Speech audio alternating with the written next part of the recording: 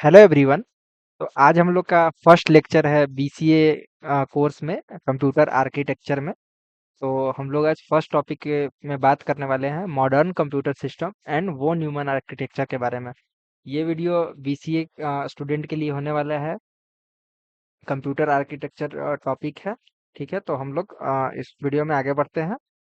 ठीक है, तो फिर यहाँ पे मॉडर्न कंप्यूटर सिस्टम का इंट्रोडक्शन हम लोग पढ़ने वाले हैं। A computer system is an electronic device that process data. एक कंप्यूटर सिस्टम एक इलेक्ट्रॉनिक डिवाइस है जो डेटा को प्रोसेस करता है और हम लोग को ऐसा रिजल्ट आउटपुट देता है। ठीक है, यहाँ पे क्या प्रोसेस होता है?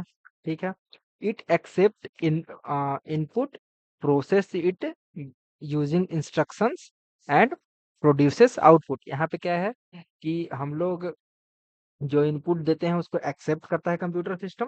ठीक है, फिर सीपीयू के जरिए उसको प्रोसेसिंग करता है और एज ए आउटपुट हम लोग को रिजल्ट देता है। ठीक है, फिर मॉडर्न कंप्यूटर के बारे में बात करते हैं। तो modern computer are fast, accurate and reliable.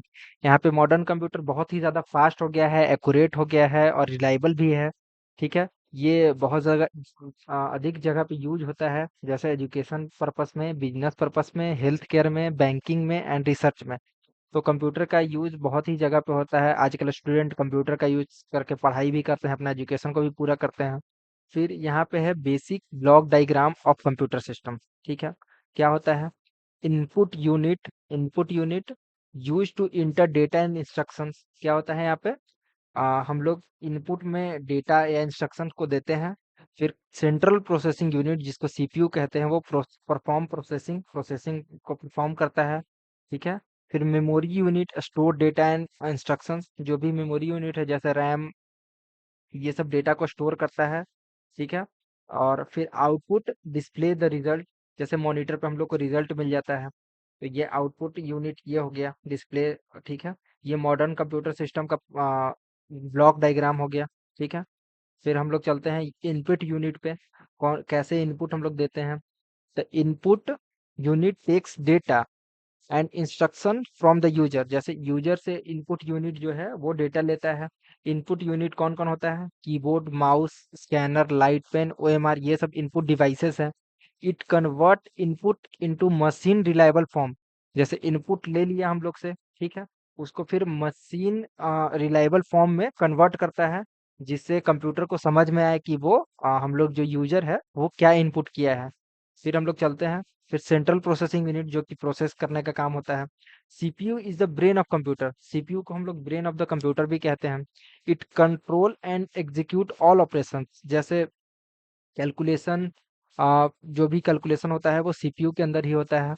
फिर the main part of the CPU arithmetic logic unit, control unit, registers, ये सब जो है ये सब इंपॉर्टेंट यूनिट होता है, इंपॉर्टेंट पार्ट होता है सीपीयू का। ठीक है, ये सब टॉपिक पे डिटेल वीडियो भी आपको आगे आने वाला वीडियोस में मिलेगा। फिर हम लोग चलते हैं नेक्स्ट टॉपिक पे, memory unit. Memory stores data, instructions and result. जैसे मेमोरी हम लोग का डेटा को स्टोर करता है, काम करता है, इंस्ट्रक्शंस स्टोर्स करने का काम करता है। ठीक है, प्राइमरी मेमोरी में रैम और रोम के बारे में पढ़ेंगे। ठीक है, RAM that is called random access memory, ROM read only memory. यहाँ पे सेकेंडरी मेमोरी एचडीडी और एसएसडी, पेन ड्राइव, ये सब के बारे में बात करेंगे हम लोग मेमोरी यूनिट में। ठीक है, cache memory improve processing speed. ये क्या करता है? ये हाई स्पीड मेमोरी होता है, बहुत ही फास्ट मेमोरी होता है, जो कि प्रोसेसिंग स्पीड को इम्प्रूव करता है। ठीक है, फिर output unit display the final result. जो भी आउटपुट यूनिट जैसे मॉनिटर, प्रिंटर, स्पीकर, प्रोजेक्टर, ये सब जो चीजें हैं वो है कि डिस्प्ले द फाइनल रिजल्ट, मतलब जो रिजल्ट आता है प्रोसेस होने के बाद उसको डिस्प्ले करने का काम करता है। It convert machine output into human reliable form. जैसे आप लोग इनपुट दिए तो इनपुट फिर ह्यूमन दिया तो फिर उसको चेंज हुआ मशीन में, फिर प्रोसेस हुआ, फिर वो प्रोसेस होके मशीन आउटपुट में बना, फिर machine output human reliable form में कन्वर्ट होके हम लोग को मिलता है। ठीक है, फिर यहाँ पे हम लोग जो फर्स्ट टॉपिक है वो न्यूमन आर्किटेक्चर। ठीक है, इसका बात करेंगे। प्रपोज्ड बाय जॉन वो न्यूमन इन 1945। ये पहली बार 1945 में हम लोग को दिया गया था। इसका बेसिक मॉडल था कि जो set of program, set of data है, सेट ऑफ इंस्ट्रक्शंस है, ठीक है, वो मेमोरी में रहेगा, रैम में रहेगा, ठीक है, और वो हम लोग को प्रोसेस होके सीपीयू के जरिए आउटपुट हम लोग को मिलेगा। It is the basic model of computer architecture. ये बहुत ही बेसिक मॉडल था कंप्यूटर आर्किटेक्चर का, जो कि आज भी यूज होता है, use in most of modern computer. जो भी मॉडर्न कंप्यूटर है उसमें आज भी यूज होता है, ठीक है। Component of von Neumann architecture, component क्या क्या था? Input unit provide input to system, memory unit store data and instructions together, CPU execute instructions, output produce output.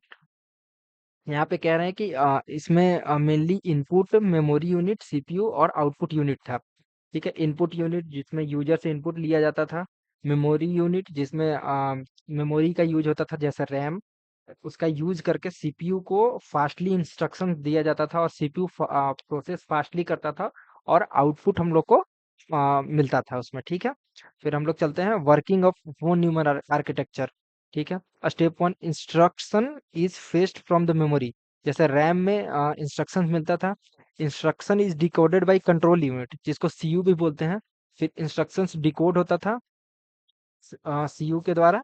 फिर data is fetched from memory, मतलब जो डेटा है memory में उससे लिया जाता था। फिर एएलयू परफॉर्म द ऑपरेशन, जो अर्थमेटिक लॉजिक यूनिट है वो ऑपरेशन को परफॉर्म करता था।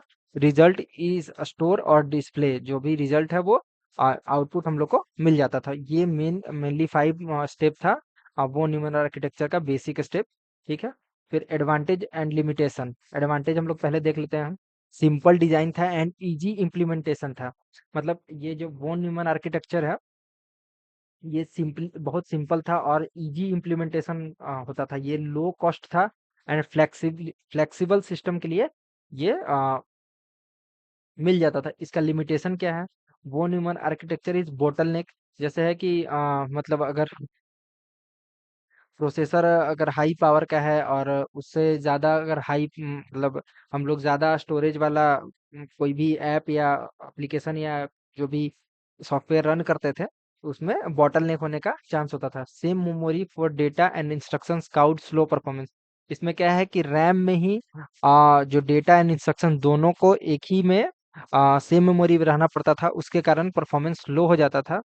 तो ये उसका लिमिटेशन था वो न्यूमन आर्किटेक्चर का, ठीक है। फिर हम लोग कंक्लूजन के बारे में बात करेंगे।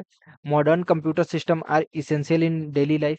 जो भी आज का मॉडर्न कंप्यूटर हम लोग को बहुत ज़्यादा इसेंशियल होता है, जैसे एटीएम मशीन हॉस्पिटल में या एजुकेशन पर्पस में, तो हम लोग को डेली लाइफ में बहुत यूजफुल है। वो Neumann architecture is the foundation of computer. ये जो आर्किटेक्चर था वो हम लोग का कंप्यूटर का फाउंडेशन इसको कहा जाता है, ठीक है, जो कि 1945 में लॉन्च हुआ था। in understanding architecture help in learning advanced computing। ये आर्किटेक्चर जो है हम लोग को एडवांस कंप्यूटर लर्निंग में हेल्प करता है।